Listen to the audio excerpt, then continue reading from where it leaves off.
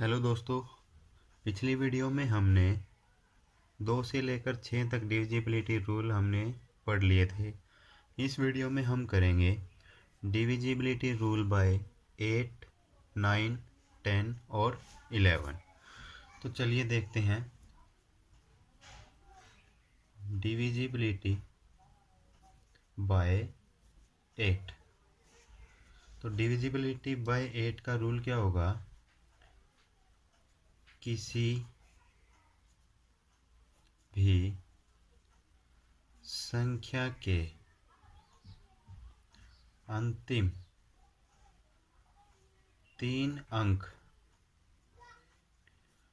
कौन से जगह के? सैकड़ा, दहाई और इकाई के जो स्थान पर 3 अंक आते हैं उनसे बनी जो संख्या है वो क्या हो? 000 हो या 8 से विभाजित या पूर्णतः भाग हो तो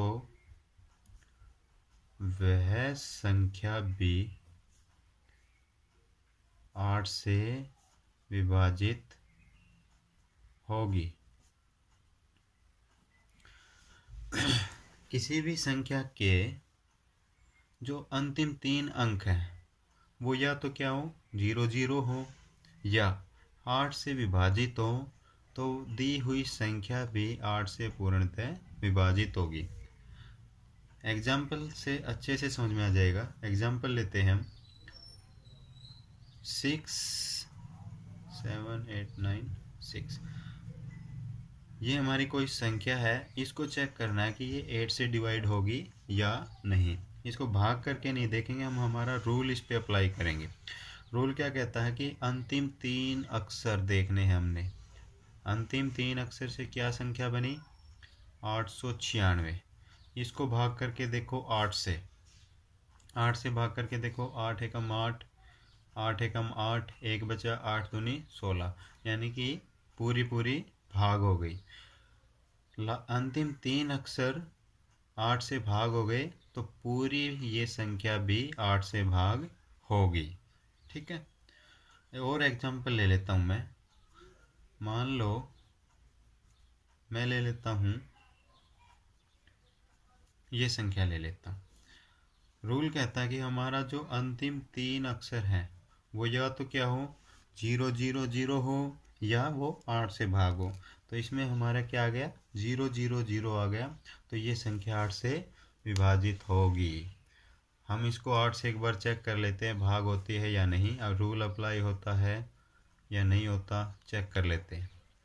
8 के बारे में 27, 8 3 24, 7 में से 4 गया 3, फिर उतारा हमने 3, 8 चौक 32, 3 में से 2 गया, 3 में से 2 गया 1, फिर हमने उतारी 0, 8 एकम 8, 10 में से 8 गया 2, फिर हमने 0 उतारी, 8 दूनी 16, 4 बचा, फिर 0 उतारी, 8 पंजे 40। देखो पूरी भाग हो गई।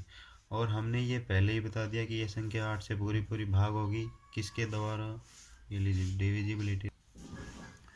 एक एग्जाम्पल और ले लेते हैं हम, उससे फिर अच्छे से क्लियर हो जाएगा। एक एग्जाम्पल और ले लेते हैं। मान लो हमारे पास है, ये हमारे पास कोई संख्या है, ठीक है। इसको चेक करना है कि भाई 8 से ये पूरी भाग होती है या नहीं होती है।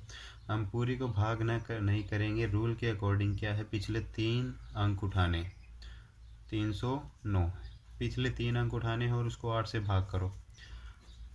8 8 तिये 24, 8 चौक 32, 8 तिये 24 हो गया। कितने बचे? 6 बचे, 8 अठे 64। तो शेष इसमें ये पूरा भाग नहीं हो रहा, तो ये संख्या भी 8 से भाग नहीं होगी। ठीक है। यहाँ पे हमने इसको 309 को 8 से भाग करके देखा तो शेषफल बच रहा है। शेषफल बचेगा तो ये संख्या 8 से भाग नहीं होगी। यहाँ पे शेषफल नहीं बचना चाहिए।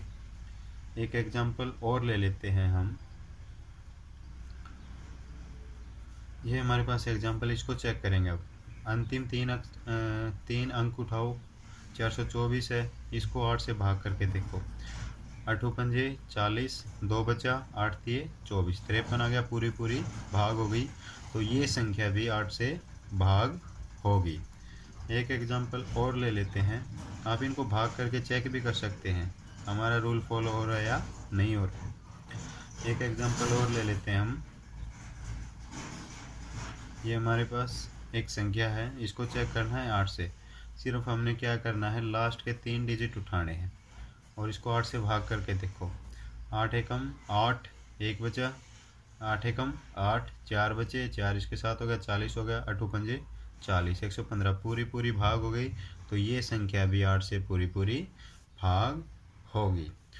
तो ये था डिविजिबिलिटी बाय 8। तो अब हम अगला करेंगे डिविजिबिलिटी बाय 9। डिविजिबिलिटी 9 करेंगे। इसमें क्या होता है, यदि किसी संख्या के अंकों का योग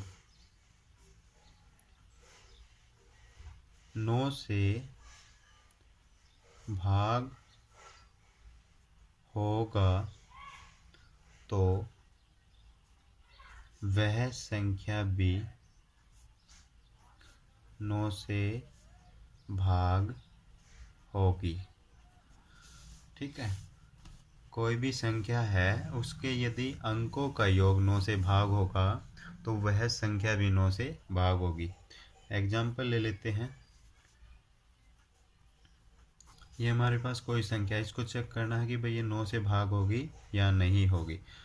पहले हमारा काम होगा सभी अंकों का योग, जो दी हुई संख्या है उनके बीच में आप प्लस का साइन लगा दो और सबको ऐड कर दो और देखो कि वो 9 से भाग हो रही है या नहीं। ऐड करो, 6 और 3 9 और 7 16, 16 और 8 24/9। तो ये संख्या 9 के पाड़े में 24 नहीं आता, ये भाग नहीं होती, तो ये संख्या भी 9 से भाग नहीं होगी। एक एग्जाम्पल और ले लेते हैं। इसी में हम क्या करते हैं, इसी में हम एक अंक और ऐड कर देते हैं, 3 लगा देते हैं। अब देखते हैं ये भाग होगी या नहीं होगी। 3 + 6 + 7 + 8 + 3, 6 और 3 9, 9 और 7 16, 16 और 8 24, 24 और 3 27, 27 को भाग करेंगे 9 से, 9 3 27, तो 9 के पाड़े में 27 आता है, तो पूरा पूरा भाग हो गया। तो ये संख्या भी पूरी पूरी 9 से भाग होगी। इसको आप भाग करके चेक कर सकते हो। तो ये था हमारा डिविजिबिलिटी बाय 9। डिविजिबिलिटी 9/9 में सिर्फ हमने ये करना है कि जो संख्या दी हुई है उसके अंकों का योग करना है और अंकों के योग को हमने किससे भाग करना है, 9 से भाग करके देखना है। अगर वो पूरा पूरा भाग हो जाता है तो वो संख्या भी 9 से भाग होगी। अभी हम करेंगे डिविजिबिलिटी बाय 10। अगला जो हमारा रूल होगा वो होगा डिविजिबिलिटी बाय 10।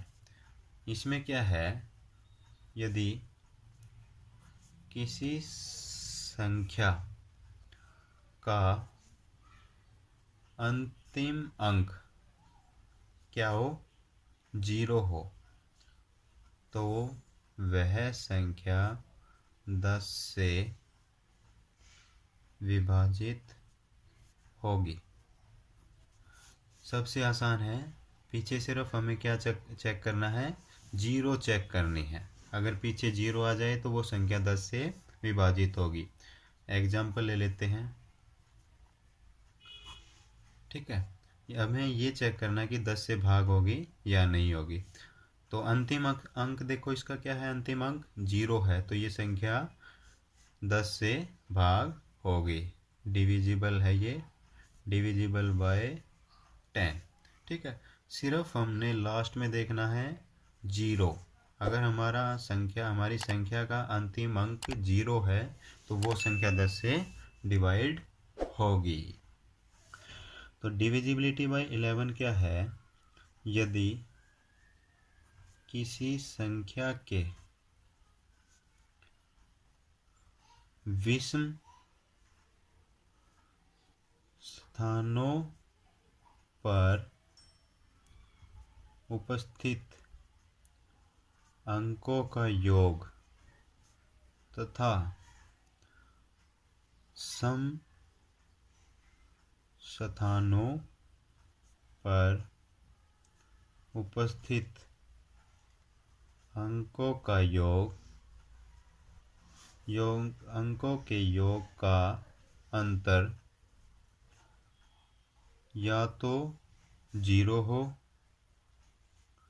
और या फिर 11 से विभाजित हो, तो वह संख्या 11 से विभाजित होगी। देखो यहाँ पे इस परिभाषा को पढ़ोगे तो थोड़ा सा आपको डिफ़िकल्टी महसूस होगी, लेकिन हम एक एग्जाम्पल के ज़रिए करते हैं तो आपको बहुत ही आसानी होगी। फिर भी मैं इस परिभाषा को समझा देता हूँ। कोई भी संख्या है, ठीक है, उसके विषम स्थान पर जो भी उपस्थित अंक है उनके अंकों का योग और सम स्थान पर जो उपस्थित अंक है उनके अंकों का योगों का अंतर क्या होगा, या तो 0 हो और या वो 11 से विभाजित हो। ये एक एग्जाम्पल है, इसको हम चेक करेंगे कि 11 से विभाजित है या नहीं है। तो परिभाषा के अनुसार क्या कहा है कि जो विषम स्थान है, विषम स्थान पर उपस्थित अंकों का योग, वो क्या है, विषम स्थान पे ये पहले नंबर पे है तो विषम स्थान हो गया, ये तीसरे नंबर पे है, विषम स्थान हो गया, ये पहले दूसरे तीसरे चौथे ये 5वें स्थान पे हो गया, ये भी विषम है। तो तीनों का योग करो, 5 + 3 + 9, 9 और 3 12, 12 और 5 17, ठीक है। तो विषम स्थान पर जो उपस्थित अंक है उनका योग कितना आ गया, 17। अब सम स्थान पर ले लेंगे, सम स्थान पर उपस्थित अंकों का योग क्या होगा, जो बाकी बच गए उनको ऐड कर दो, 6 और 0 क्या आ जाएगा, 6। अब इनका अंतर क्या हुआ, 17 और -6, 17 में से 6 गए 11। अब ये 11 से पूरा भाग होता है, तो यह संख्या भी 11 से भाग होगी। दोबारा बता देता हूँ मैं इसको। सबसे पहले हमने क्या करना है कि जो विषम स्थान पर अंक है उनको जोड़ ले, उनके अंकों को जोड़ लेना है। विषम स्थान पे ये पहले नंबर पे है तो एक क्या होता है, विषम होता है, तो पहले नंबर पे तीसरे नंबर वाले को और 5वें नंबर वाले को इनको जोड़ लेते हैं। तो सबका जोड़ जो विषम स्थान पर है उनके अंकों का योग क्या आया, 17, और सम स्थान पर जो उपस्थित अंक है उनके अंकों का योग क्या आया, 6 आया। अब क्या करना है, सिंपल इनको घटाना है, 17 में से 6 गए 11 और 11 को पूरा भाग करेगा, तो ये संख्या भी 11 से भाग होगी। उम्मीद करता हूँ कि आपको 11 का विभाज्यता का नियम अच्छे से समझ में आ गया होगा। Thank you friends.